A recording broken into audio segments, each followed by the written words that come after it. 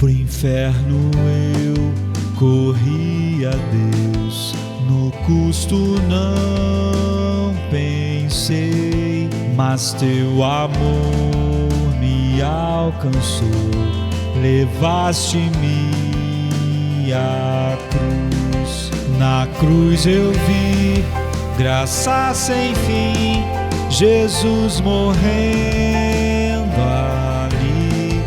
A ira que eu mereci caiu sobre Jesus. Aleluia,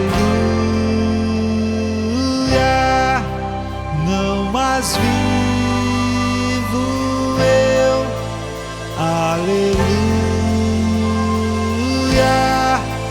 Cristo vive em mim. Aleluia, não mais vivo eu. Aleluia. Amém, amém. Há 2 semanas atrás, nós meditamos sobre o Sola Escritura. E esse é um problema, um grande problema hoje, como foi há 500 anos atrás. E é engraçado que muitos protestantes agem exatamente como a Igreja de Roma agia. E você vai ver que o grande problema é exatamente o mesmo e a maneira de reagir é exatamente a mesma. Como nós falamos, a Igreja Romana, a Igreja nos tempos da Reforma, não tinha nenhum problema com Cristo, com a glória de Deus, com a fé, com a graça e com as Escrituras. A igreja admirava essas coisas, falava sobre essas coisas, dizia que essas coisas eram maravilhosas. É por isso que o brado dos reformadores não é as Escrituras, ou não é a glória de Deus, ou não é Jesus Cristo, ou não é a graça, ou não é a fé. O brado é só. Esse era o problema. E esse é o problema hoje. As pessoas, as Escrituras são maravilhosas, mas quando você diz só as Escrituras, pronto. É por isso que o brado era um sola, é só a glória de Deus. Não, no plano eterno de Deus não há nada que confira glória a alguém, porque as doutrinas da graça manifestam essa beleza infinita de Deus agindo todas as coisas. Só a fé, só a graça, só Cristo. Só os méritos dele vai fazer o homem estar no céu. O homem não acrescenta nada à obra de Cristo. E eu quero ver então um desdobramento, uma implicação apenas das centenas que nós podíamos ter do Sola Escritura. E é o fato de que você, nenhum homem, pode ser o líder espiritual da sua vida. E muitas das vezes, e esse é um problema com Sola Escritura, o homem acha que de alguma forma ele pode se liderar espiritualmente. Ele pode ser um líder espiritual para ele mesmo. E não há, então, possibilidade de uma relação pessoal e verdadeira com Deus, a não ser no Sola Escritura e quando o homem percebe que ele não é um líder espiritual da sua vida. Qual o objetivo final da vida? Há 2 maneiras de nós indicarmos esse objetivo. Uma é nós falarmos que o homem foi criado para glorificar a Deus e desfrutar Deus para sempre. Ou seja, glorificar a Deus enquanto você desfruta Ele para sempre como o deleite final. Ou negativamente, nós podemos dizer que o objetivo final da vida é jamais pecar. Porque só o pecado rouba a glória de Deus. Então você tem o positivo e o negativo. Ambos significam a mesma coisa. Glorificar a Deus e gozá-lo para sempre, ou seja, ter prazer nele para sempre, significa a mesma coisa que não pecar. Porque o pecado é abraçar qualquer coisa como mais agradável do que Deus. E cada pecado é uma declaração de que aquilo é mais agradável do que Deus. Porque eu sei que aquilo me separa de Deus, mas eu acho, olha, é mais agradável. Então ele rouba a glória de Deus, a glória declarativa de Deus. Assim, então se nós pudéssemos aprender a glorificar a Deus, desfrutando dele, nós saberíamos como não pecar. E se pudéssemos aprender a não pecar, nós saberíamos exatamente o que é glorificar a Deus e gozá-lo para sempre. Você tem o positivo e o negativo. No Salmo 119, 11, diz assim: escondi a tua palavra no meu coração para eu não pecar contra ti. E em Filipenses 2,12, Paulo diz: assim também operai a vossa salvação com temor e tremor diante de Deus. Nós vamos ver como isso é possível e como isso nos mostra a impossibilidade de você ser um líder espiritual de si mesmo, qualquer homem, e como isso está conectado ao sola Escritura. E aqui o Salmo 19 é uma declaração de amor que não tem igual a palavra de Deus na história. Então, ele tem 3 palavras-chave nesse verso. A tua palavra eu tenho valorizado, eu tenho guardado. A gente vai ver que não é simplesmente eu tenho aprendido em alguns cultos, ou meditado e achado ela importante. E no meu coração, a palavra aqui, que ele está dizendo, que ele tem guardado no coração, não é uma impressão subjetiva na sua mente, que vem quando ele está orando, ou que vem em algum momento que ele está olhando a natureza, ou que ele está meditando. Ele está falando sobre a sua palavra, ele está falando sobre aquilo que Deus revelou, está falando sobre a palavra escrita de Deus, está falando sobre o livro. É a revelação de Deus em sua palavra escrita. É óbvio que ele não tinha, como nós, ele tinha a Torá, ele tinha os livros dos profetas, ele não tinha o cânon completo, ele não tinha a revelação final que nós temos. E você vê que ele vai acumular palavras familiares para a palavra escrita de Deus. Por exemplo, no versículo 10, ele diz: não me deixe desviar dos teus mandamentos. Ou no 12, bendito és tu, ó Senhor, ensina-me os teus estatutos. Ou no versículo 13, com os meus lábios declarei todas as ordenanças da tua boca. Ou 14, regozijo-me no caminho dos teus testemunhos. Ou no 15, eu vou meditar sobre os teus preceitos. Ele usa esse monte de palavras: mandamento, estatuto, testemunhos, prefeitos, tudo como expressões da palavra escrita de Deus.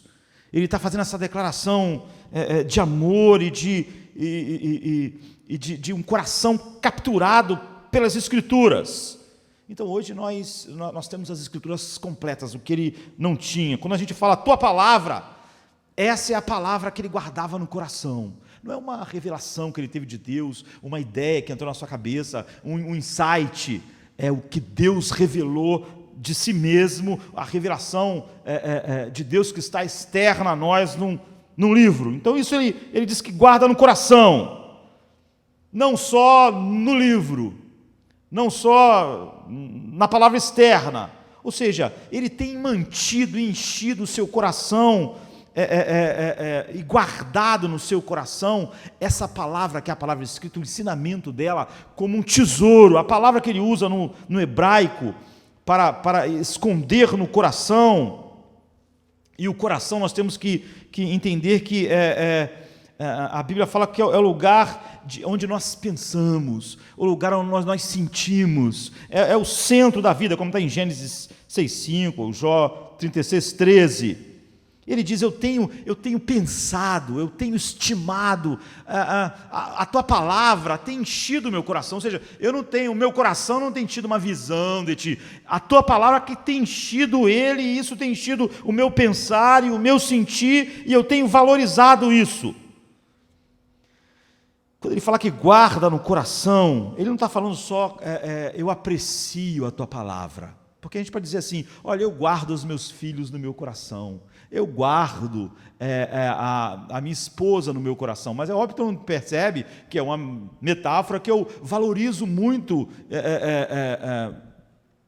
os meus filhos, a minha esposa, a minha família, mas eles não estão no meu coração de fato. Aqui não, a palavra que ele usa, eu tenho valorizado, tsafã em hebraico, é ocultar algo, é guardar realmente algo num cofre.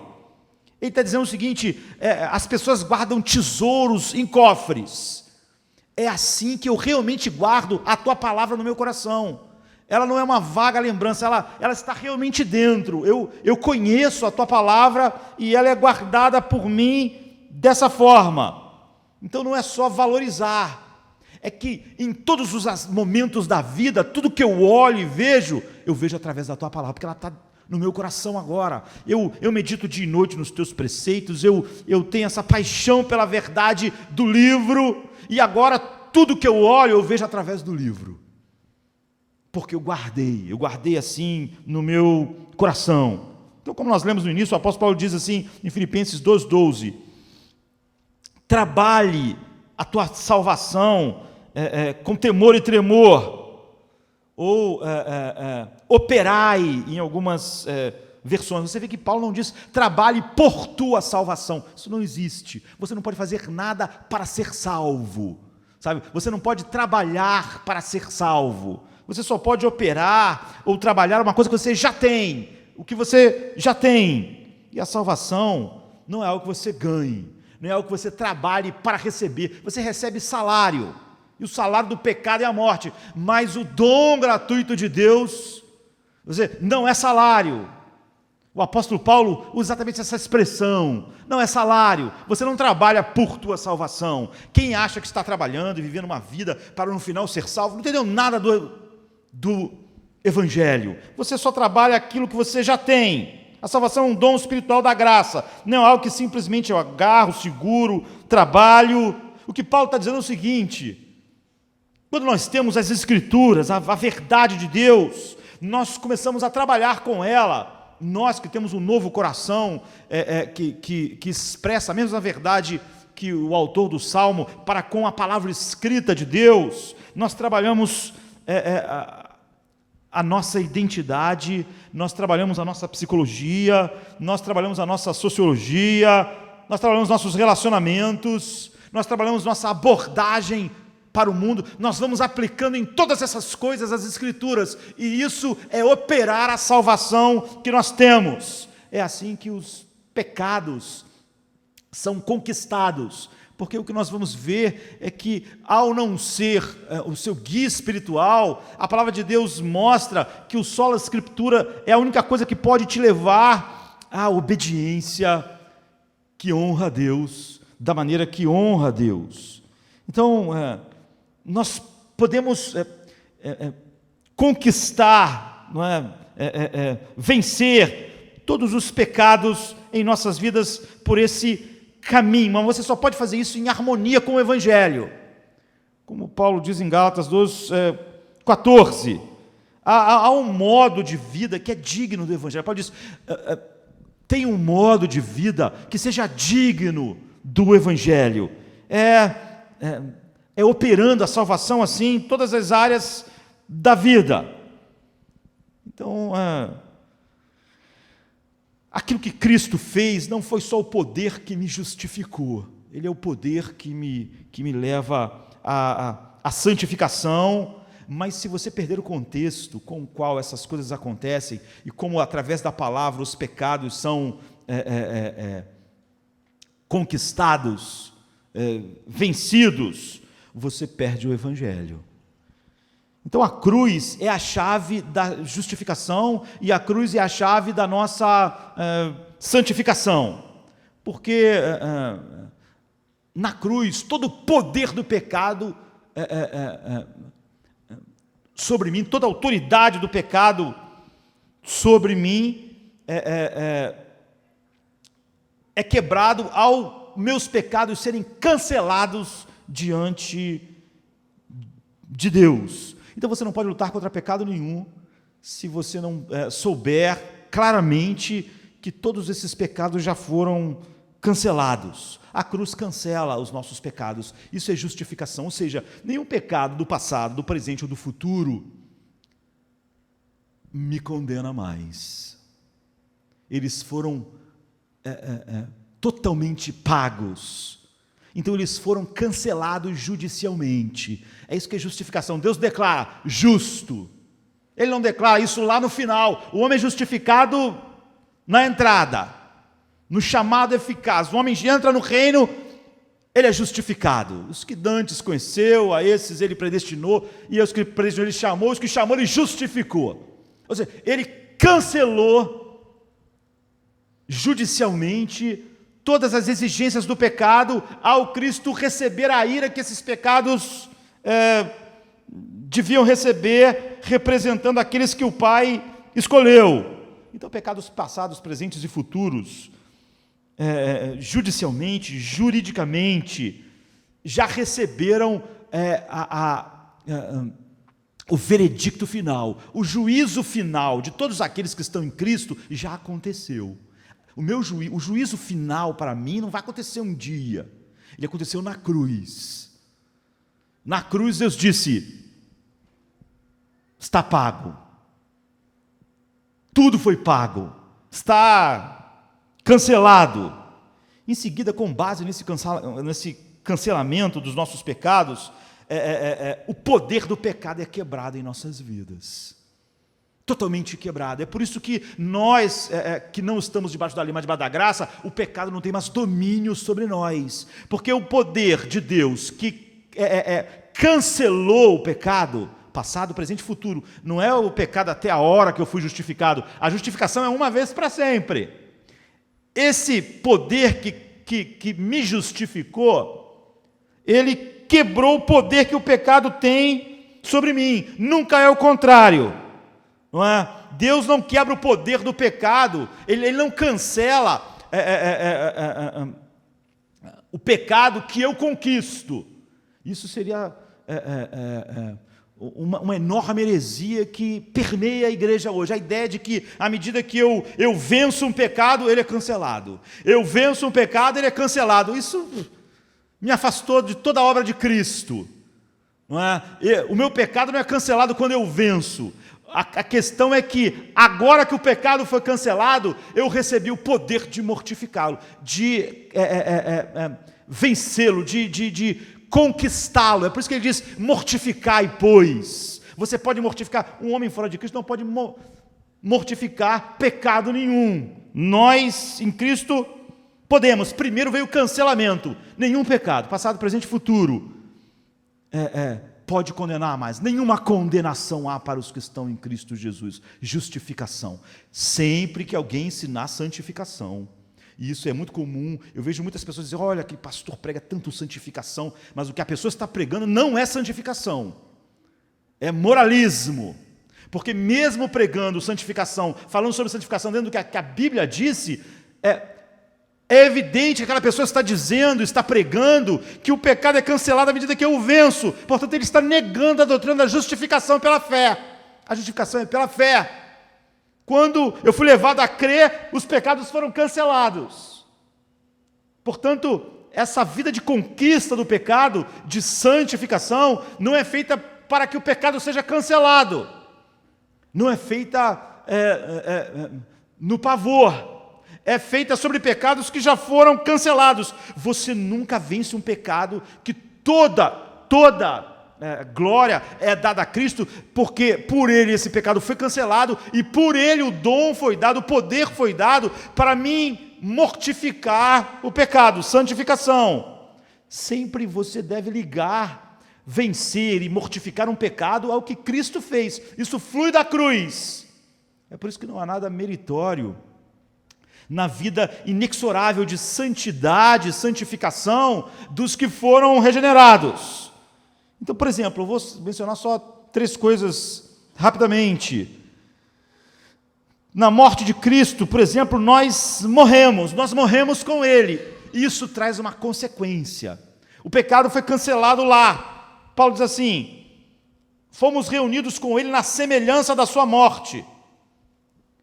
Você pode ver também em Romanos 6,5, isso é Romanos 6,5, você pode ver Romanos 7,4, Gálatas 2,20. Ele morreu, nós morremos, o pecado foi cancelado. Então a Bíblia diz: portanto, por causa disso, considerai-vos também mortos para o pecado. Você vê, você não pode se considerar morto pelo pecado por outra razão. É porque você morreu com ele, é que agora em Romanos 6,11 você pode se considerar morto para o pecado. Ou então Romanos 6,12, não permita que o pecado reine em seu corpo mortal, Por que você não permite? Porque você morreu com Cristo.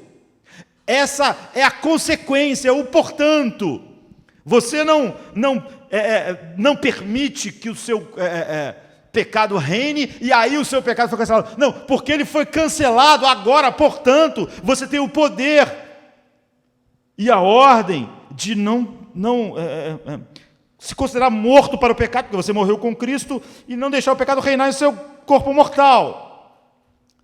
Na morte de Cristo, por exemplo, nós somos comprados por Deus. Diz assim em 1 Coríntios 6, 19, 20, você não é de você mesmo, porque vocês foram comprados no passado por um preço. Portanto, glorificai a Deus em vosso corpo. Você não glorifica a Deus em vosso corpo para que você conquiste o pecado e ele seja cancelado. Não, porque ele foi cancelado, porque você já foi comprado, porque você não pertence a você mesmo. Então, como consequência do que aconteceu na cruz em você, junto com Cristo, você nele, agora você glorifica a Deus em seu corpo. Não para que o pecado seja cancelado, mas porque ele foi, juridicamente, judicialmente, justificação. Na morte de Cristo nós fomos perdoados, fomos justificados. Deus vos perdoou em Cristo. A Bíblia diz em Efésios 4, 32. Portanto, ele diz no mesmo versículo, seja gentil com os outros, compassivos, perdoando-vos mutuamente, porque vocês foram totalmente perdoados em Cristo. Como resultado disso, o coração de vocês agora é um coração que expressa graça. Assim, cada impulso decisivo para a santificação, para a mortificação do pecado, é a morte de Cristo, é o resultado do que ele fez. Ao cancelar o pecado, eu não estar mais debaixo da condenação, eu recebi o poder, então a ordem de viver assim. E isso faz com que eu tenha poder para mortificar o pecado, mas porque esses pecados foram totalmente cancelados. Então Romanos 4, 8 diz, ora, aquele que faz qualquer obra, não lhe é imputado o galardão segundo a graça, mas segundo a dívida. Mas aquele que não pratica, mas crê naquele que justifica o ímpio, a sua fé é lhe imputada como justiça. Se nós tentarmos derrotar o pecado, ou tentarmos conquistar o pecado, antes de ele ser cancelado, com a ideia de que ele vai ser cancelado, o meu pecado, porque eu estou vencendo o pecado, então eu nego toda a obra de Cristo, nego o Evangelho, e eu sou o meu próprio Salvador. Quando nós partimos, isso é suicídio, isso é totalmente herético. Então você vê, é fácil você falar até sobre santificação de uma maneira que negue toda a verdade. E quando nós não somos capturados pelas Escrituras, nós podemos ouvir essas coisas e achar que aquilo é muito bom, porque está pregando contra o pecado. Então, o que a Bíblia diz é que nós agora operamos a salvação, que nós já temos. Nós não estamos tentando conquistar a salvação, ou sermos salvos. Essa verdade nos traz a essa disciplina da obediência nas Escrituras. Sobre o que eu quero falar a partir de agora, depois dessa contextualização. A mente moderna, ela encontra muitas dificuldades com determinadas disciplinas. Algumas disciplinas as pessoas gostam. A pessoa pensa, sentar e meditar, pensar um pouco a respeito de Deus, talvez ter alguns insights, isso é uma coisa boa. Mas quando você começa a falar sobre obediência, sobre disciplina, sobre ficar sob a autoridade de algo, sobre haver uma autoridade espiritual e você nunca poder ser a autoridade espiritual, o grande rejeição só às Escrituras é porque as pessoas acham que de alguma forma elas podem ser autoridade espiritual nelas mesmas. É porque quando nós pensamos em liberdade hoje, nós pensamos em liberdade em termos totalmente negativos. Nós pensamos que liberdade é liberdade de qualquer restrição de desejos do nosso coração. Se eu não tiver nenhuma restrição para os desejos do meu coração, então eu sou livre. Ou seja, todo mundo é chamado a seguir os desejos mais profundos do seu coração. E quando você seguir os desejos mais profundos do seu coração, você vai estar sendo livre. Portanto, em toda pesquisa em nossa época, entre religiosos ou não religiosos, mostram que as pessoas acham que elas têm o direito de liderarem elas espiritualmente. Ou seja, você tem o direito de ouvir a verdade de Deus, mas você tem o direito de pensar se isso é conveniente ou não em determinado momento da sua vida. Ou seja, a sua vida espiritual é dirigida por você e não por uma autoridade final fora de você. Então, é comum em nossa cultura, infelizmente mesmo entre cristãos, e essa é a dificuldade com só as Escrituras, eu pensar que eu posso julgar através de insights, percepções, aquilo que é melhor e o que não é melhor, algo a respeito de Deus, e somente decidir que caminho eu devo trilhar, não trilhar, que eu posso julgar espiritualmente, mesmo que a palavra de Deus diz. Meu coração, minha consciência acaba sendo o juiz final. É por isso que eu prefiro essas coisas que são, em vez de ser objetivas, são subjetivas. Elas acontecem dentro de mim. Dentro de mim. Portanto, a única maneira de alguém realmente estar numa relação pessoal com Deus é ele ter desistido de toda autoridade espiritual sobre si mesmo. Mas é exatamente o que as pessoas não querem: desistir de toda autoridade espiritual e moral sobre si mesmo. E as pessoas acham que isso é liberdade. E nós não temos como ser transformados. Quando a Bíblia diz para você operar a sua salvação, ela está falando sobre exatamente o oposto do que nossa geração pensa ser isso. E o Salmo 119 fala exatamente sobre essa transformação. Então, há pessoas que, caracterizando a nossa geração, elas nunca vão ceder ou não querem ceder à autoridade espiritual para qualquer coisa externa a si mesmo. E é exatamente porque o livro é totalmente externo a nós, é que ele se torna um problema. Nós queremos ele, mas não só ele. Porque senão, algo totalmente externo a nós vai ter toda a autoridade. E o grande erro, o primeiro grande erro, há muitos erros de achar que você pode ser o seu líder espiritual, é que você desconhece o seu próprio coração, você ignora o fato de que alguma autoridade espiritual já está reinando no seu coração, que seu coração não pode te dirigir espiritualmente, porque alguma coisa está sempre dirigindo ele, o seu coração já está escravizado, já está ligado a alguma coisa, ele nunca, em hipótese alguma, dirige a si mesmo, você nunca foi e nunca será a sua própria autoridade espiritual. É por isso que no versículo 37 do Salmo 119, ele diz: desvia os meus olhos de contemplarem a vaidade e me guie nos teus caminhos. Outra versão diz assim: inclina o meu coração para os teus estatutos e não para a cobiça. Você vê, ele está dizendo: eu mesmo não estou guiando meu coração. Se tu não guiares meu coração, ele é capturado pela cobiça, ele é guiado pela cobiça. Inclina o meu coração, Deus, para a tua palavra, e não para a cobiça. Desvia os meus olhos das coisas inúteis, ou da vaidade, ou em algumas versões, coisas sem valor, e me faz viver no caminho que tu traçou. Você vê, ele não diz: eu vou tomar a decisão de seguir o caminho que tu traçou. Ele diz: Deus, desvia o meu coração, liberta o coração de seguir a cobiça. Meu coração nunca foi o seu próprio líder, ele estava sempre seguindo alguma coisa.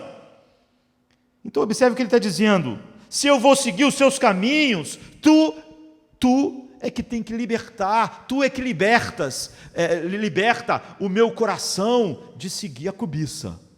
Porque se tu não fazes isso, o meu coração é guiado pela cobiça, ele não é guiado por ele mesmo, ele sempre está sendo guiado, ele nunca é o meu próprio guia.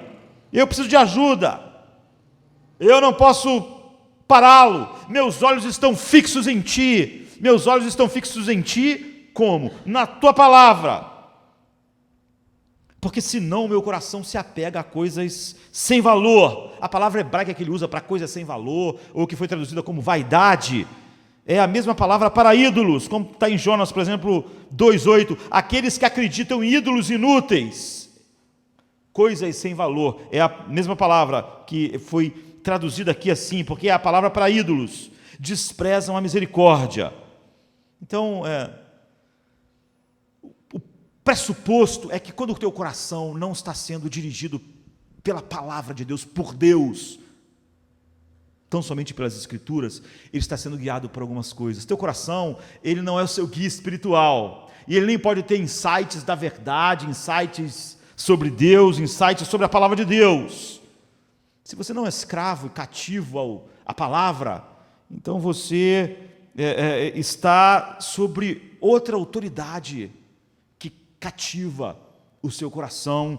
E Eurípides, por exemplo, um velho escritor grego, um dos maiores da tragédia grega, um dos grandes expoentes, morreu em 400 e pouco antes de Cristo. Ele diz assim, você vê que isso, mesmo o senso comum, observando o seu próprio coração e a sua cultura, você enxerga flashes disso, e diz assim, ninguém é totalmente livre, ninguém é livre. Se você vive para a riqueza, você é escravo da riqueza.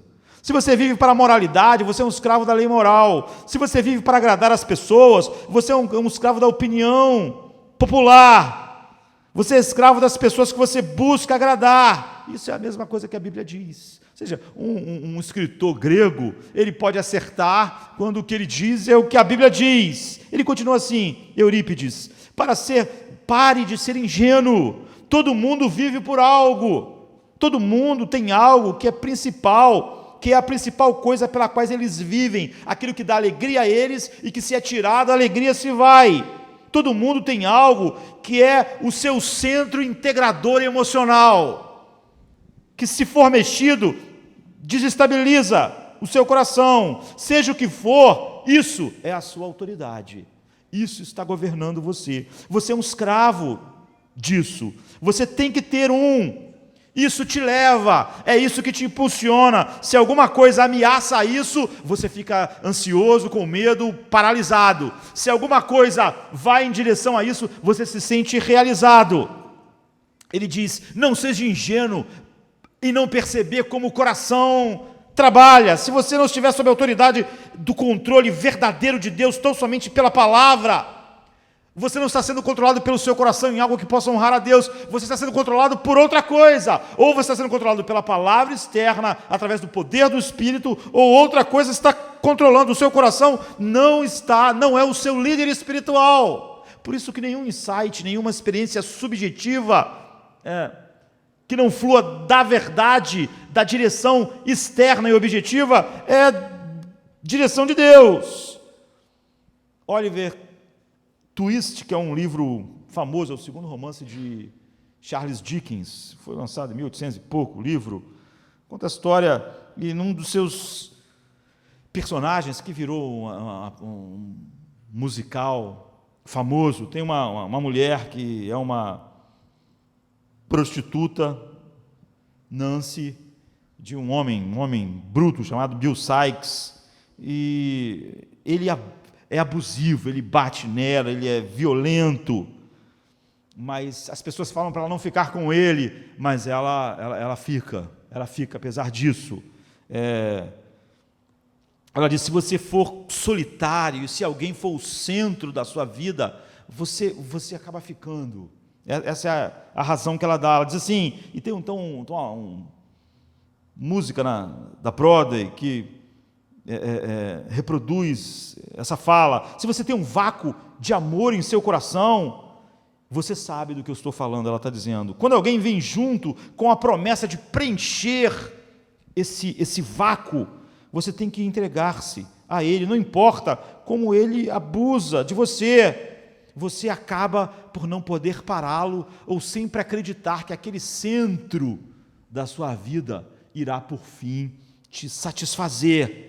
Nós podemos dizer, essa mulher é totalmente disfuncional, e a gente diz mesmo, porque ela teve a infelicidade, eu diria, de o centro integrador da vida dela ser o Bill Sikes, que é um homem assim. Mas entenda, todos aqui, ou estão totalmente como o autor do Salmo 119, XIX disse a respeito da palavra de Deus, ou é disfuncional como ela. Se no lugar do Bill Sykes está a sua carreira, não importa o que ela roubar de você, você vai achar que vale a pena. Não importa nada, se a carreira é o centro, é aquilo que está levando o coração, você vai sacrificar outras coisas. Você vai sacrificar coisas que outras pessoas vão dizer, isso não é para ser feito. Porque quando algo está lá no centro, você sente que nunca vai ser feliz e satisfeito sem aquilo, seja lá como for. Então Eurípides está certo, porque ele está ecoando as Escrituras.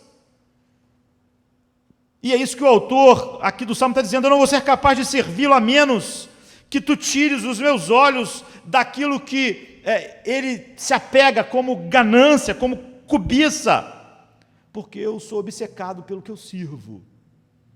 Então, a única maneira é os meus olhos serem tirados disso e serem capturados pela beleza da tua palavra.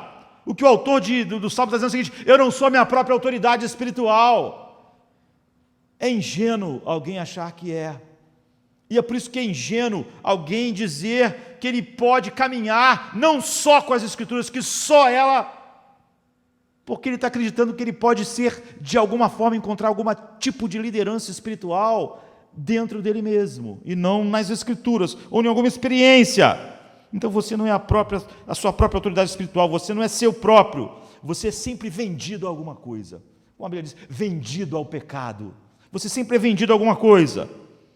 Então, o segundo problema de alguém achar que pode ser o seu próprio autoridade espiritual é que ele ignora como a liberdade funciona, a nossa liberdade. O versículo 45 diz algo assim: andarei em verdadeira liberdade. Verdadeira liberdade. Nós podemos ter conceitos falsos de liberdade. E por que ele diz? Porque eu tenho buscado os teus preceitos, a tua palavra escrita, o livro. Porque eu tenho buscado isso, porque isso tem me cativado, eu andarei em liberdade. Mas só que isso é estranho, porque nós pensamos que quanto mais cativo você é ao livro, a revelação de Deus, menos livre você é, porque você vai não poder fazer isso ou aquilo. E ele usa, no original, eu andarei em verdadeira liberdade, eu andarei num lugar amplo, eu andarei numa praça. Ele está usando uma metáfora que é perdida aqui na tradução. O que ele está dizendo é o seguinte: quando você anda num lugar que é muito estreito e que tem um abismo do lado e um paredão do outro, você não é livre, você tem que andar ali. Se você andar para lá, você cai, para lá você não pode ir. Ele está dizendo, mas porque eu busco os teus preceitos, porque eles dominam a minha vida, eu ando numa praça larga, eu tenho lugares. Como funciona a metáfora que ele está usando? Ele diz, agora eu posso fazer escolhas de fato, agora eu sou livre, antes eu não era. Ele diz, agora que eu dei e toda a minha suposta liberdade ficou cativa à tua palavra, eu ando em liberdade, por causa da tua palavra. Finalmente eu estou livre, porque eu estou livre das coisas que eu servia. Finalmente eu sou livre para ter e não ter. Antes eu tinha que ter dinheiro, eu era infeliz. Mas agora eu sou livre para ter e não ter. Eu sou livre.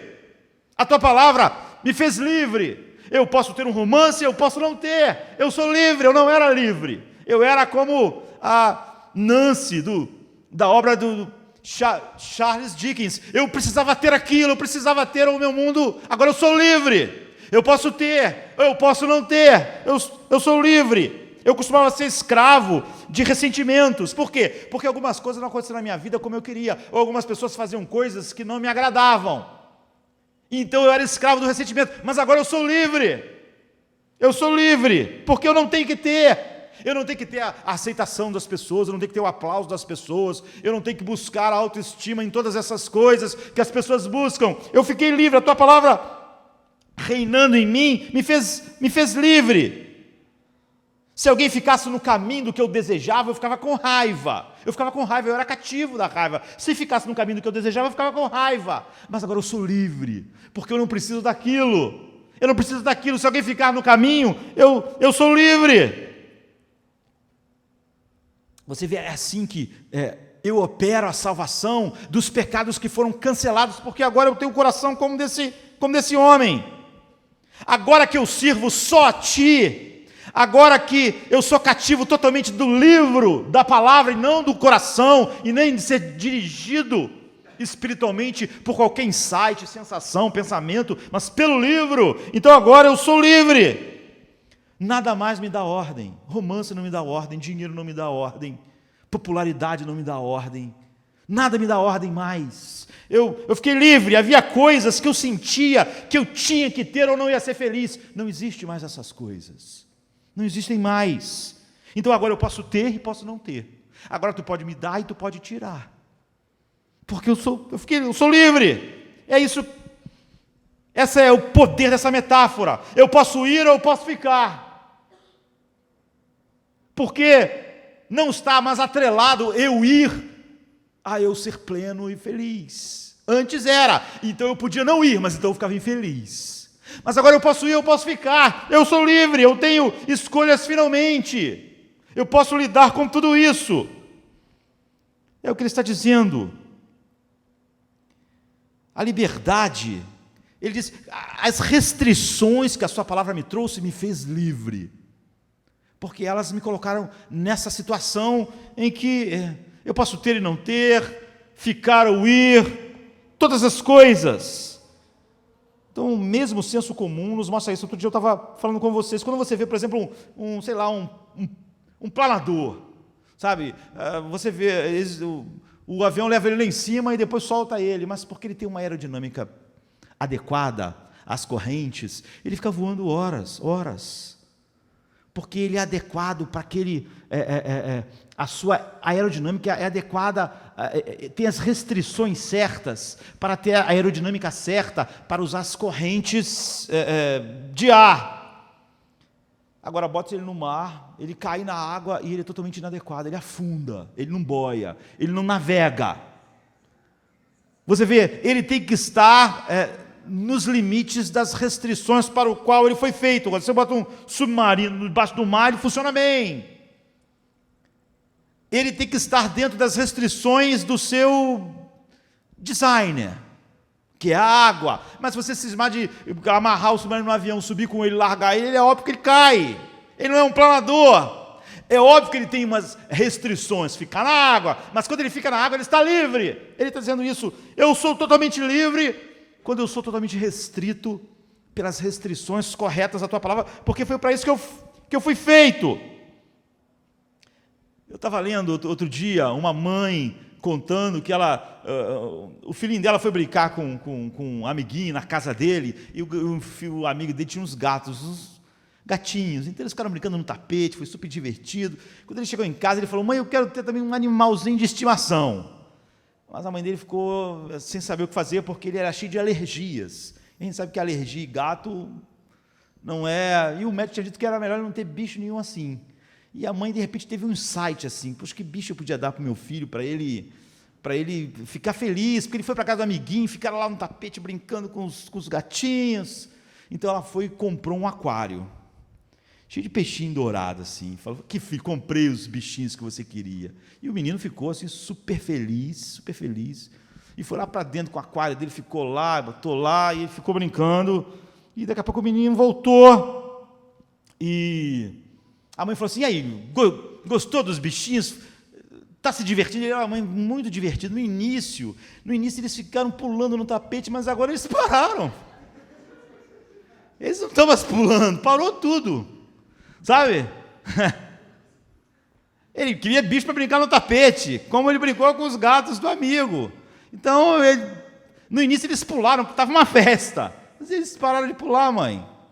Sabe, parece que o peixe está restrito no aquário, parece que ele não tem liberdade, ele não pode ir para o tapete, ele não pode sentar no sofá para ver televisão, mas essa é a sua liberdade. Quando o peixe está no aquário, ele está totalmente livre, porque ele foi feito para a água. Se você tira ele de lá, ele perde a liberdade, Nós fomos feitos para Deus. Nós fomos feitos para a mente de Deus, é o que o autor está dizendo. Quando nós estamos em sincronia com a mente de Deus, que é a palavra escrita, nós somos livres. Porque nós estamos no ambiente para o que nós fomos feitos. Fora daquilo, você pode chamar de liberdade, mas aquilo é morte. É peixinho no tapete. É planador na água. Então essa é a razão. O ambiente para o coração do homem é Deus, é a mente de Deus. E você não encontra a mente de Deus no seu coração, em insights. Como eu já disse, nós amamos o livro, porque o livro é a única coisa que nós temos que é a mente de Deus no mundo. Não está em nós. É através do livro que nós conhecemos essa mente e nós fomos criados para viver nesse ambiente. Então, qualquer criatura é livre dentro do ambiente no qual Deus fez ele para estar. Deus fez o peixinho para ficar na água. Deus fez você para estar mergulhado em seus preceitos. É o que ele está dizendo. Quando tu me desvia dessas coisas e eu fico cativo aos teus preceitos, eu sou verdadeiramente livre. Eu posso ter e não ter. Eu posso ir ou não ir, porque eu sou livre. Eu não era livre. Eu era o peixinho no tapete. Eu estava morrendo. Tudo fora do seu lugar adequado, feito por Deus, está morrendo. Uma planta fora do solo, jogada, está morrendo. O peixe fora da água, um bicho não aquático dentro da água. Deus está dizendo, eu construí o coração humano, eu construí a psicologia humana, eu construí as relações humanas, eu criei a sociologia humana. Quando nós pensamos na lei de Deus, você não pode pensar assim, Deus disse, eu sou o Senhor. A razão final pelo que o pecado é como nós vimos no início, em Êxodo, do culto, o pecado rouba a glória de Deus. Ou seja, porque ele não está manifestando aquilo que ele foi criado para manifestar. Mas é óbvio que há esse elemento no homem. Deus é o que ele é, Deus não está seguindo nenhuma lei. Quando a gente fala sobre a lei de Deus, sobre os preceitos de Deus, os estatutos de Deus, nós estamos falando sobre a mente de Deus. Ele não está olhando um livro, ele não está olhando algo externo. Deus é o único que, em vez de olhar para fora, como nós, só as Escrituras, para saber qual é a verdade é Ele mesmo. É o seu caráter, é o que Ele é. Então, quando Deus nos criou, como Ele nos criou para Ele, não é como muitas pessoas imaginam. Ele pensou, eu sou o Senhor, então vou ter que criar algumas leis, porque eu sendo o Senhor, tem que ter lei. Senhor tem que ter lei. Então vou pensar alguma coisa, por exemplo, tem que perdoar. Por quê? Não tem por nada. É porque perdoar é uma lei que eu vou inventar. Tem que ser assim, tem que ser santo, porque eu quero, podia até que não ser santo, mas eu quero que seja santo. Eu sou o Senhor, eu faço lei. Para viver no meu reino tem que estar já na minha lei. Não. Nós fomos criados.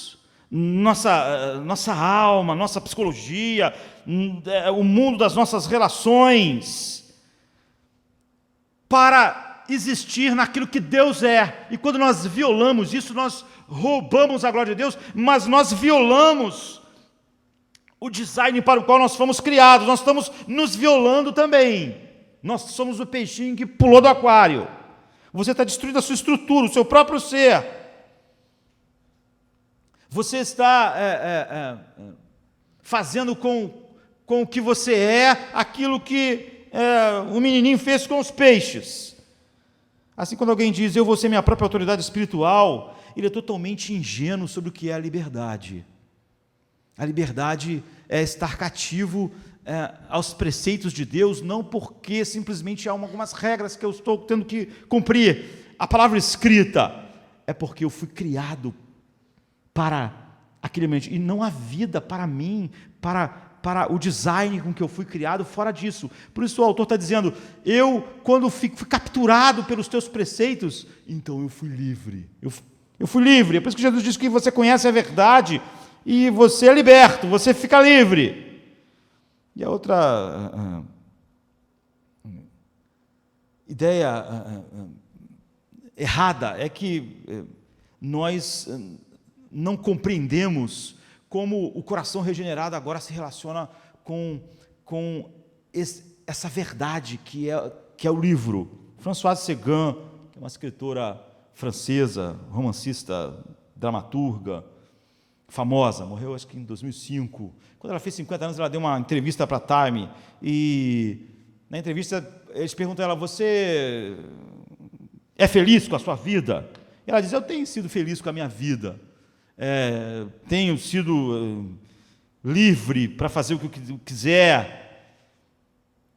E o entrevistador perguntou: você realmente tem liberdade? E ela disse: obviamente que eu não tenho liberdade quando eu estou amando, quando eu estou apaixonada. Porque você vê, ela tem uma ideia de liberdade exatamente oposta ao que nós estamos dizendo, e parecida com aquilo que domina a nossa cultura, mas ela tem que ser contraditória. Então ela disse: mas é óbvio que eu não fiquei apaixonada e feliz no amor sempre. Então, quando eu não tinha isso, eu era livre, porque ela estava admitindo, que o amor gera restrições, e que a definição dela é que quanto mais você ama alguém, quanto mais profundo é esse relacionamento, mais restritivo ele é.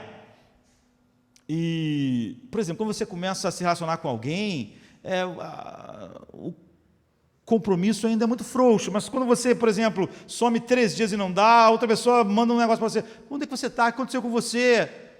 Você sabe que você está numa relação com aquela pessoa que começa a ser mais profundo. Onde você está, o seu paradeiro agora já importa. Já não é uma questão só sua. Antes, onde você estava não tinha importância, agora tem. Você tem menos, entre aspas, liberdade. Não é? E quanto mais esse relacionamento se tornar profundo, menos liberdade nesse sentido você vai ter. Não é? Mais a sua vida vai estar atrelada, mas mais feliz você vai ser. Quando você está amando e sendo amado de fato. Não é quando você se sente mais livre, mais completo, mais satisfeito. Um verdadeiro amor, quando eu estou sendo verdadeiramente amado e amando verdadeiramente, há 1000 restrições, entre aspas, mas é quando nós nos sentimos mais livres, quando você está num relacionamento profundo de amor, recíproco, saudável, recebendo e dando amor verdadeiro. Isso, na verdade, é quando o homem se sente mais pleno. Porque o relacionamento de amor, ele realmente leva a quebrar o egocentrismo e você está voltado para outra pessoa e não para você mesmo. Agora, se isso é verdade sobre o amor humano, imagine o amor infinito de Deus. Como nós estávamos meditando nessa manhã, é isso que explica a linguagem do Salmo 119. Eu olho alguns versos aqui e você fica espantado. Ele não está dizendo assim: eu gosto de ler a Bíblia. A Bíblia é importante. A Bíblia é importante para nós tomarmos decisões. Não é isso que ele diz assim: eu espero por seus preceitos, no versículo 40. Então assim, com anseio eu busco os teus preceitos. O que está dizendo é o seguinte: eu estou doente de amor pela tua palavra. No 47, 48, ele diz assim: eu encontro o meu prazer em teus mandamentos, que eu amo demais. Eu vou levantar as minhas mãos para a tua palavra, que eu amo. Outra versão: tenho prazer nos teus mandamentos, eu os amo. A ti levanto as minhas mãos e medito na tua palavra, que eu amo. É isso. Eu ergo as minhas mãos. Erguer as mãos é um ato de adoração na Bíblia. Por isso que nós erguemos as mãos, ou então nos prostramos. São atos de adoração. Qual o problema desse homem? Parece que ele não está falando de um livro. Ele não está apenas estudando a Bíblia. Ele está ofegante, é uma linguagem de amor, de um coração apaixonado. Ele está debruçado sobre as Escrituras, ele está apaixonado, cheio de amor. Martin Lloyd Jones, que é um pastor inglês, do século passado, morreu um dos maiores teólogos da história da igreja. Eu estava vendo esses dias um sermão dele. Agora eles liberaram os sermões dele todos, assim, mas é ruim de ouvir, porque é em inglês e é gravado em 1950, assim. Então a voz deles é uma voz assim, parece um velhinho, não é? E ainda era uma gravação que foi feita em fita, assim. É difícil, mas vale a pena, né? Porque nem tudo que ele pregou está em livro. Tem muitas coisas que estão em livros, mas nem tudo que ele pregou está em livros. E agora, finalmente, antigamente era pago para você ter acesso a mensagem que ele pregou lá na capela de Westminster. Mas agora não, agora você tem acesso a tudo, está tudo lá no site. E ele está falando exatamente a respeito disso num sermão. E ele diz algo que é exatamente o que expressa, o que está no coração do salmista aqui em relação à palavra.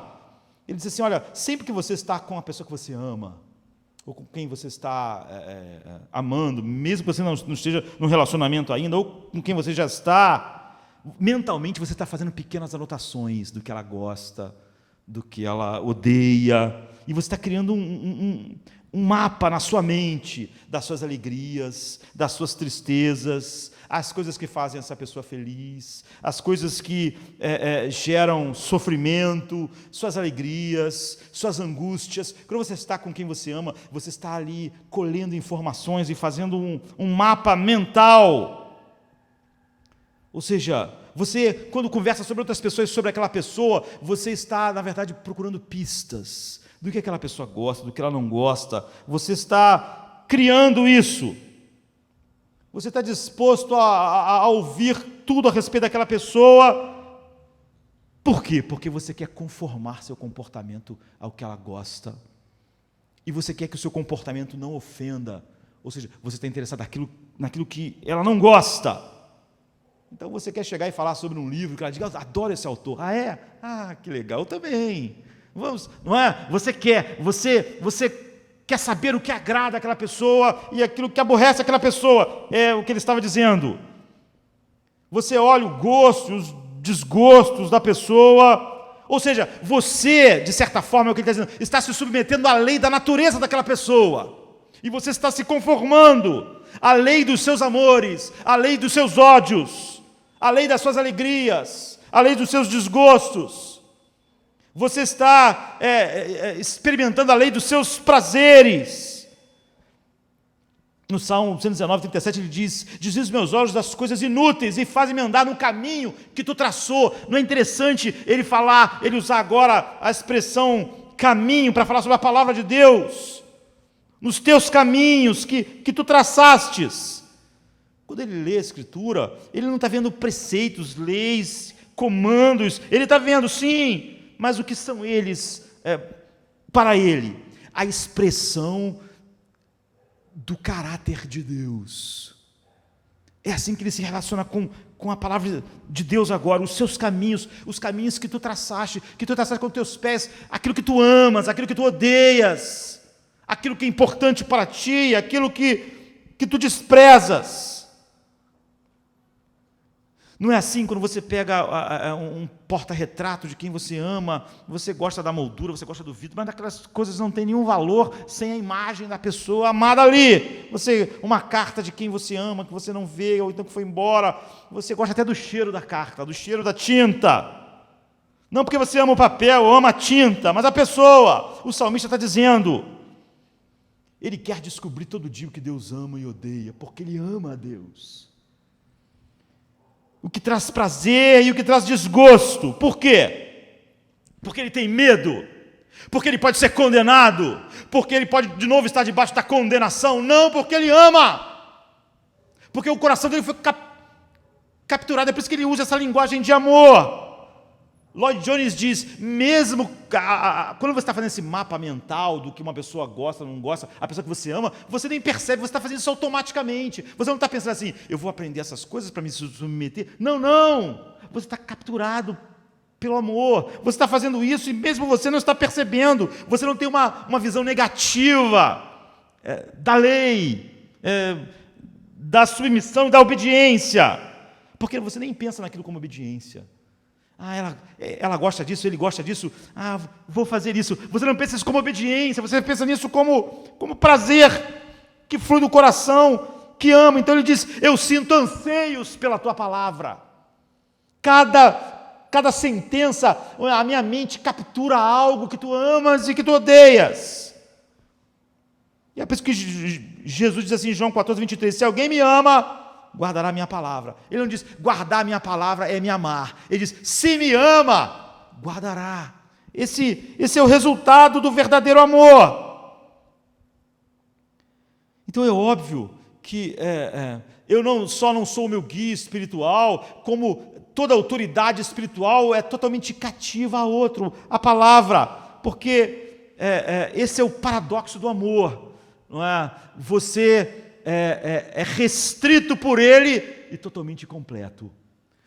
Como é o paradoxo da liberdade, os preceitos de Deus limitam, restringem, então você é livre, como o designer que Deus imprimiu naquilo que Ele criou, para o peixe, para o gato. Se você botar o gato no aquário também, não vai ser legal, e não pode ficar lá, e nós fomos feitos para Deus.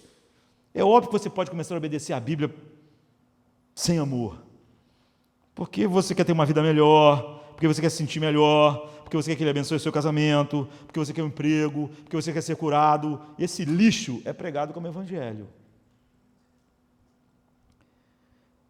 Ou você vai poder ir para o céu, mas quando teu coração é capturado, você se coloca sob a autoridade daquela pessoa por razões totalmente diferentes. É por isso que não há mais nenhuma condenação, e é por isso que nós somos totalmente cativos à lei de Deus.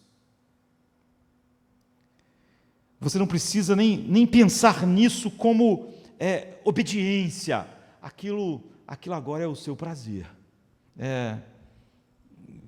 É a expressão dessa relação. É assim que Cristo obedece o Pai, em tudo.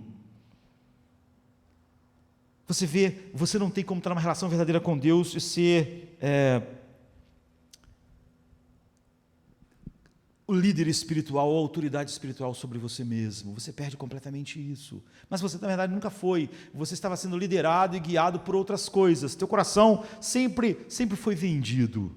E eu quero terminar como nós nos submetemos assim. Eu quero falar 4 coisas o mais rápido possível. Você precisa aceitar a autoridade final da Bíblia. E você não vai ter mais nenhum problema com sola Escritura. Você tem que aceitar o exame da Bíblia. Você tem que aceitar a aventura, eu diria entre aspas, heróica, em que isso vai te levar. E você tem que aceitar o finalizador da corrida. Então, primeiro, você tem que aceitar a autoridade da Bíblia para ter uma relação de amor. Se você só tem uma relação de amor com Deus, não se engane. Não nos teus arroubos, sensações, insights, revelações subjetivas. Você só está numa relação de amor pessoal com Deus se você se submete totalmente ao sola Escritura. Muitas pessoas gostam da Bíblia, eles gostam de estudar, eles acham que é provocante, é interessante, mas eles não se submetem à autoridade final da palavra de Deus. Então eles não estão numa relação com Deus. Você não pode ter uma relação com Deus sem isso, sem se sujeitar totalmente a isso. Você vai estar sempre preso, eu diria, por exemplo, à escravidão cultural. Muitas pessoas dizem assim, não, eu não posso seguir tudo que a Bíblia diz, porque há algumas coisas que eu vejo na Bíblia, você vê como é a relação das pessoas com a Bíblia, que estavam de acordo com a ideia da minha avó, ou com 1000 anos atrás, na época de Lutero, mas não agora. Porque nós achamos que nós, diferente das outras gerações, não somos escravos não podemos ser escravos da nossa cultura, que a nossa cultura é a cultura final. Nós achamos, as pessoas de antigamente eram atrasadas, mas hoje nós podemos julgar com o saber cultural o que a Bíblia diz, e não nos submetermos totalmente a ela. Ou seja, você nunca vai ser livre da escravidão cultural se a Bíblia não tiver essa autoridade absoluta. Então imagine, você acha que você é uma pessoa que sabe as coisas, que tem a visão última das coisas, e que isso te faz diferente das outras gerações, mas não faz. Pense em 1930. Se as pessoas quisessem julgar com a bagagem cultural de 1930 a palavra de Deus, hoje não é que a palavra de Deus diria que eles estão errados, você ia rir disso. Você diz, olha o que eles pensavam em 1930, olha as ideias que a psicologia tinha em 1930, totalmente ultrapassadas, totalmente erradas, mas eles lá na época achavam que não ia ser. Hoje, quando você olha para o seu avô, bisavô, e acha, pô, as coisas que o vovô acreditava, você, de maneira ridícula, acha que daqui a 100 anos, teus bisnetos não vão estar achando ridículo a sua cultura. Não, mas olha as bobagens que eles acreditavam, como eles eram atrasados. Nós não estamos na cultura final. O único jeito de não estar preso à cultura a escravidão da cultura, da mesma maneira que você acha ridículo um monte de posições científicas, políticas de 1930, se você atrelasse a verdade de Deus naqueles dias, aquela cultura, hoje, o Evangelho de 1930 seria ridículo, como é ridículo as posições políticas e científicas daquela época.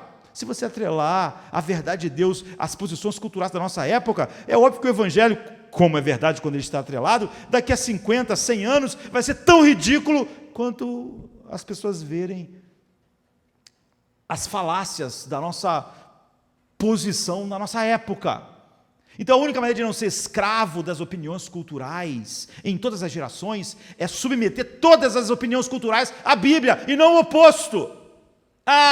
Hoje em dia o mundo mudou, o mundo ficou assim. Isso não tem nenhuma relevância, porque o próprio mundo daqui a 50 anos vai dizer: aquilo era um absurdo, que ridículo, como eles puderam pensar dessa forma? E se você atrela de qualquer maneira o Evangelho ao pensamento cultural, é óbvio que esse Evangelho é tão ridículo quanto isso. É o Evangelho que julga a cultura, então ele livra você da escravidão da cultura agora e vai livrar os seus bisnetos da escravidão cultural da época deles, porque todos vão julgar a cultura pelo que a verdade diz. Essa é a autoridade final, ela nos livra da escravidão da cultura. Se você tem algum tipo de escravidão nessa cultura, se ela te faz você achar algo normal, que Deus vê de uma forma diferente, é óbvio que você não é cativo à palavra de Deus. E é óbvio que você não pode estar numa relação pessoal, de fato, com Ele. Porque essa escravidão cultural evidencia a ausência do solo escritura na sua vida. E a outra coisa é que você não pode ter um relacionamento pessoal com Deus, porque você não pode ter um relacionamento pessoal com Deus quando você sente Deus, tem um insight sobre Deus, esse Deus nunca te confronta, porque esse Deus na verdade não existe. Você só pode ter uma relação pessoal com alguém que pode confrontar você, dizer que você está errado, que as suas opiniões sobre a vida estão erradas, e que pode surpreender você e de dizer algo que você jamais pudesse imaginar. Quando alguém diz assim: eu não posso aceitar essa doutrina, eu não consigo aceitar isso, o que ela está dizendo é que ela segue um Deus que ela inventou, ela não está sob a autoridade das Escrituras. A Escritura não pode dizer para ela: você está errada, sua opinião está errada, você, com a sua mente pequena, não consegue compreender a vida. Por que as pessoas acham que elas podem julgar uma doutrina? Eu tenho uma dificuldade com a eleição. Por que ela tem dificuldade se a Bíblia é clara a respeito disso? Porque ela achou que ela é alguém que julga a Bíblia e não o oposto. Ela não recebe. É por isso que ela tem dificuldade com só as Escrituras, porque como a Escritura está fora de nós, ela pouco se importa com o que você pensa sobre determinadas coisas. Ela vem e diz para nós: é assim, e essa é a autoridade. E sem isso você não tem um Deus vivo. É óbvio que você se relaciona com um Deus, mas você inventou ele, o Deus que tem a doutrina da eleição que você acha que é certa, o Deus que tem a doutrina da eleição da justificação que se encaixa no seu ponto de vista, porque o outro você não vai aceitar, a doutrina tal porque você não pode compreender, porque você tem dificuldade, você não está se relacionando com Deus. É por isso que eu devo dizer para um monte de pessoas que eu nunca te conheci: você nunca se relacionou comigo. Você se relacionava com você mesmo. Você tem um Deus que é maravilhoso, porque é óbvio, ele se parece com você. Isso não é uma relação pessoal. Quando nós nos relacionamos com alguém de verdade, nós ouvimos coisas que nós não imaginávamos, que nós não pensávamos. É uma pessoa. Portanto, você tem um relacionamento unidimensional com Deus que você criou. Você é feliz com Ele. É óbvio. Você pode olhar no espelho de manhã e ver Ele. Ele é você mesmo. Você ampliou. Em segundo lugar, então você tem que aceitar a autoridade das Escrituras. Não importa, sabe? É ela que vai te livrar da escravidão cultural. É ela que te faz, de fato, estar numa relação pessoal com Deus. Em segundo lugar, você tem que aceitar o exame da palavra de Deus. Sim, você tem que estudar a Bíblia. Nós temos que estudar a Bíblia, nós temos que olhar o texto, o contexto, o que essa palavra quer dizer, qual era o contexto disso. Você tem que descobrir tudo isso. Você tem que interpretar o texto, mas qual é o propósito? Não é para depois você dar o seu julgamento. O texto diz isso, é isso que diz, mas eu acho isso, não acho isso que relevante, não acho isso importante. Não. Nós estudamos o texto, o contexto, nós queremos saber o que o texto diz para que o texto depois me interprete. O que Jesus quis dizer quando do coração do homem saem todos os pecados e todas as coisas mais. Quando eu entendo o que ele disse, porque é o que ele disse, então agora esse texto vai julgar a mim, não é eu que vou julgar o texto. Eu acho que isso é um radicalismo, todo mal sai de nós, não vem de fora de nós, eu não sei se isso é bem assim. Não, essa pessoa está debochando da Bíblia. Você tem que estudar a Bíblia não para você dar o seu julgamento no final, dar a sua opinião, fazer um debate. Nós queremos estudar a Bíblia, nós amamos a Bíblia, nós queremos saber o contexto, fazer a exegese correta, para quê? Para que assim que isso esteja pronto, agora a Bíblia nos julgue. O pensamento claro da Bíblia julgue a nós, diga como nós devemos ser, como nós somos e o que deve mudar. Ou seja, você quer saber o que o texto diz para você estar em harmonia com ele, não para você pronunciar o seu julgamento. Então é óbvio que no final de cada sermão, de cada meditação na sua casa, você tem que fazer perguntas. A aplicação dessa verdade, o que ela mudaria na vida no meu trabalho? Na minha relação com a minha esposa? Na relação com os meus filhos? Na relação com os meus amigos? Você olha para cada verso, você entende ele e pergunta, por que Deus está me dizendo isso hoje? O que na minha vida está sendo totalmente o oposto disso que está sendo claro aqui? Como eu devo aplicar isso agora, no contexto que eu estou vivendo? Por que Deus revelou isso e colocou isso claramente aqui? Que diferença isso faria no meu relacionamento com a minha família, com meus amigos, com a igreja? Que diferença? Como isso me faz diferente? Não é o que eu acho do texto. Qual é a minha opinião sobre ele? Essa é uma pergunta que você tem que estar perguntando o tempo todo. Você tem que aceitar o exame da Bíblia. Você tem que deixá-la dizer para você que você está errado. Você tem que deixar ela julgar você. Você nunca julga ela. Você estudou, você queria saber o contexto, fazer a exegese certa, não para pronunciar nenhum tipo de julgamento. Às vezes você estava se sentindo muito inteligente, muito bem, a Bíblia vai dizer, você é cego, pobre, miserável, e você não pensa, isso vai me sentir muito mal, essa coisa que está sendo dita, não é isso, ela fez um diagnóstico, ou então você está achando, eu não sou ninguém, eu não sou nada, porque por causa de padrões mundanos, a Bíblia diz, você é um filho de Deus, viva de acordo com o Evangelho. Ela te confronta, você não julga a Bíblia, não é por isso que você quer estudar muito, não é por isso que nós queremos conhecer profundamente a Bíblia, para depois dar nossa opinião, ou para sermos nossa autoridade do que é e o que não é adequado. Se você não fizer a primeira coisa, aceitar a autoridade final das Escrituras, é óbvio que você não vai fazer a segunda coisa, aceitar que ela controle e julgue você, e não você julgar ela. Então você vai para a próxima coisa, que é o que eu falei, é um espírito de aventura que ela te leva. A Bíblia, por ter essa autoridade, por julgar você, então ela vai te chamar a fazer coisas que parecem muito, muito difíceis, e você faz. Isso nos mostra, lembra nós a história de heróis, eles tinham uma missão que era maior do que a vida deles, é assim que são as grandes histórias, não é? Então eles seguem a missão, mesmo quando a vida deles fica em perigo. Por exemplo, eu acho que um livro que expressa bem isso, assim, de fantasia, é A Princesa e o Goblin, de George MacDonald. Ele acabou sendo a grande inspiração de grandes escritores como Tolkien, como C.S. Lewis, porque ele é um pioneiro da literatura de fantasia. Então, nesse livro, A Princesa e o Goblin, a Irene, que é uma princesa, o pai dela é rei, mas é um pouco afastado assim, dela, porque a mulher dele morreu, e ela vive num castelo enorme, e perto do castelo tem goblins, que é uns doentes do mal, uns duendes do mal, assim, enfim, uns seres mitológicos. Mas a avó dela dá a ela um anel, e diz assim, esse anel é mágico, esse anel é mágico. A avó dela sempre está lá por cima no castelo enorme, não está por perto, é perigoso.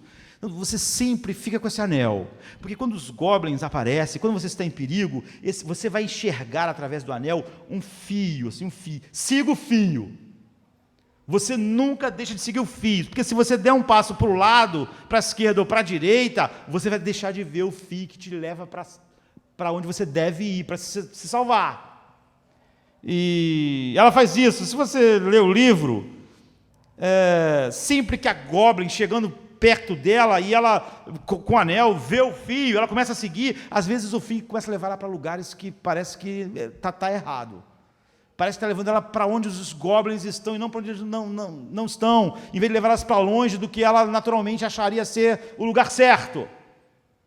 E às vezes ela duvida, isso está errado, isso é perigoso. E ela vai um pouco para a direita, entra num lugar, ela para de ver o fio que ia levar ela. Ela tem que voltar para o caminho, ir na direção, sempre assim. Então acaba sendo ela sempre sendo a fonte de salvação de alguém, ela sempre se salva, é perfeito, é isso.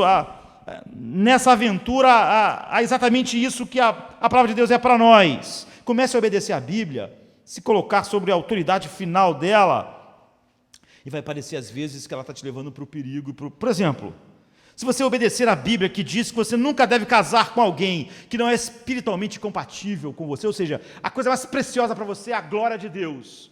Toda a tua vida vai ser... Até o casamento é para a glória de Deus. Se você casa com alguém que não tem nenhum interesse em Deus, é óbvio que você tem um problema. Então Deus diz, não faz. Se você seguir o que a Bíblia diz, parece que a linha do anel está te levando para longe da felicidade. Siga o fio. Era o que... A fantasia dizia, é o que a Bíblia diz, siga o fio. Isso faz de você esse herói, entre aspas, dessas aventuras. Você está numa aventura, siga sempre o fio. Você diz, se eu seguir essa verdade, eu vou perder a minha carreira. Siga o fio. Siga as Escrituras. É o que a Bíblia diz. Eu vou perder uma grande quantidade de dinheiro, eu vou perder esse romance. Parece que isso vai me tirar a felicidade, e não dá. Siga o fio. Bonhoeffer, que é um pastor que acabou morrendo com 39 anos, executado por Hitler, uma semana antes de acabar a guerra. Ele estava nos Estados Unidos, na década de 30, já no final da década de 30. Ele estava seguro lá, ele podia ser um professor universitário lá, e as pessoas disseram, não volta para a Alemanha, muito perigoso. Eles, não, eu sou um homem de Deus, há uma igreja lá, e há um engano enorme do nazismo, eu tenho que estar lá. E ele seguiu o fio. Ele diz assim, numa carta já preso, se eu é que decido onde Deus está no meu coração, eu sempre vou encontrar um falso Deus. Um Deus que é, de alguma forma, correspondente a mim, ao que eu penso e aos meus desejos. Um Deus que é agradável para mim. Um Deus que se encaixa com a minha natureza. Mas se o próprio Deus é quem diz aonde Ele está, esse lugar é a cruz de Cristo e nos faz prontos a viver e a morrer por Ele. O que Bonhoeffer está dizendo é o seguinte, siga o fio, eu vou seguir o fio, eu vou fazer o que a Bíblia diz. Como a Irene lá na aventura, às vezes quando ela seguiu o fio parecia, eu estou indo para a caverna dos goblins, eu estou indo para um lugar perigoso. Siga o fio, se mantenha o fio. Quando você acha que você pode ser o seu guia espiritual, se afastar do que a Bíblia diz e você está indo na direção oposta à verdadeira segurança e alegria e felicidade. Então, você diz assim, mas Bonhoeffer não morreu? Foi um final feliz? Não foi.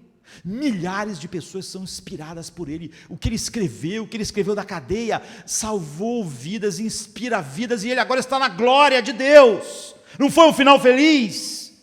Ele não devia ter seguido o fio. Não foi o que Paulo falou? Cuidado, Paulo, você vai morrer em Jerusalém. Eu estou pronto a seguir o fio.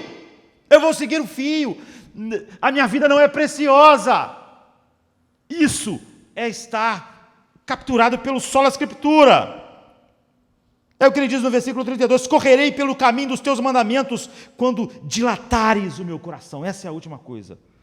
aceitar o final da corrida. Isso é emocionante. Ele está falando que o coração dele vai dilatar como um corredor de longa distância. O coração fica maior, né? Assim, e ele está dizendo, eu vou correr a corrida das Escrituras. Eu vou correr. Mas você precisa, para correr uma maratona, uma enorme disposição. E ele só vislumbrava algo para ter essa disposição. Nós não.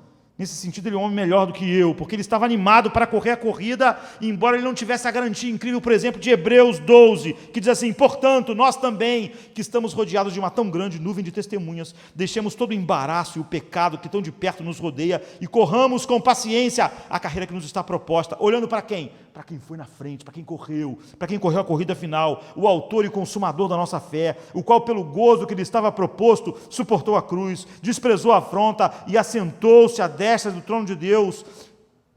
Considerai, pois, aquele que suportou tais contradições dos pecadores contra si mesmo, para que não enfraqueçais, desfalecendo em vossos ânimos. O que o texto está dizendo é o seguinte, Jesus correu a corrida antes de nós. Ele veio à terra, viveu. Se você entender que ele correu a corrida como um exemplo, isso é uma coisa esmagadora. Ele foi o primeiro a correr. Você pode dizer, se Jesus correu a corrida como um exemplo, eu não vou conseguir. Mas Jesus, apesar de ser um exemplo para nós em tudo que viveu, não é assim que ele correu exatamente a corrida. Ele correu em nosso lugar. Jesus Cristo foi obediente na terra.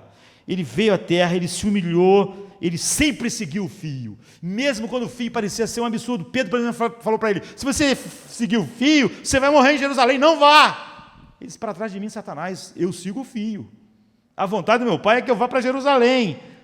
Vamos seguir o fio, porque esse é o fim que não só glorifica a Deus, mas como traz a glória final a incontáveis homens, eu e vocês. Então, porque ele morreu, porque ele obedeceu, porque ele seguiu o fio, porque ele aceitou em tudo a autoridade do Pai, do plano eterno do Pai, ele obedeceu perfeitamente, ele aceitou a aventura. Tudo parecia dizer, não siga o fio, mas ele não correu como nosso exemplo, ele obedeceu em nosso lugar e ele satisfez Deus. É por isso que Deus, no início, nos declara justos. Deus está totalmente satisfeito em Cristo, naquilo que Ele fez, a vida que Ele viveu, como Ele obedeceu, como Ele viveu. Nós não damos a Deus no Evangelho um desempenho, Ele nos abençoa. Deus já tem de nós um registro perfeito, uma corrida perfeita, uma obediência perfeita, e é assim que Ele nos vê.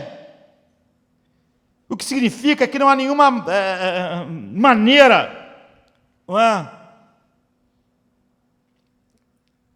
Em que a lei vai ser um prazer para nós se nós pensássemos que estávamos correndo para tentar ganhar a corrida ou ganhar a aceitação de Deus. Mas quando nós sabemos que corremos agora, né, totalmente aceitos em Cristo, essa corrida é a corrida do amor. É a palavra de Deus, essa submissão, isso tudo é expressão desse amor final. Você não pode ser condenado. Não é por isso que você está correndo. Mas todos que não são condenados estão correndo. Se não fosse assim, você sempre ia correr com medo. Será que eu vou chegar no fim? Infelizmente, sem a palavra de Deus, muitas pessoas acreditam no evangelho falso, em que elas vão correr com medo, ou porque elas estão com Deus por outras razões não que a regeneração traz, ou porque elas realmente acham que no meio do caminho elas podem perder. Ao menos que você aceite que a corrida já está pronta para você, a menos que você aceite que ela já foi finalizada, a menos que você leia a verdade de Deus completa, a obediência não será uma carta de amor para você. Será uma tentativa difícil e dura para você alcançar algo de Deus, algum favor. Vai ser uma moagem. Você vai lutar muito. E obedecer a Deus vai ser um sacrifício. E no final, você vai estar perdido. Porque você nunca entendeu. Nunca entendeu o que a palavra de Deus é para o coração regenerado. E porque a única forma de ter uma relação pessoal com Deus é estar totalmente ligado ao livro, externo a nós. Como nosso coração não é, aceite o finalizador. E você vai ser capaz de aceitar todo o resto. Você vai ser capaz de correr, vai ser capaz de seguir o fio. Você nunca mais vai pensar no seu coração como um líder espiritual e vai ver o livro o Sola Escritura como a única verdade sobre a sua relação de amor com Deus e libertação na sua vida. Vamos ficar de pé, vamos orar.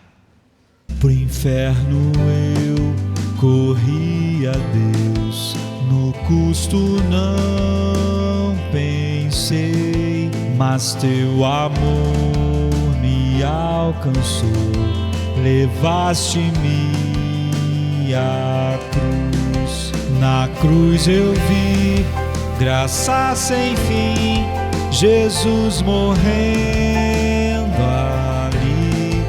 A ira que eu mereci caiu sobre Jesus.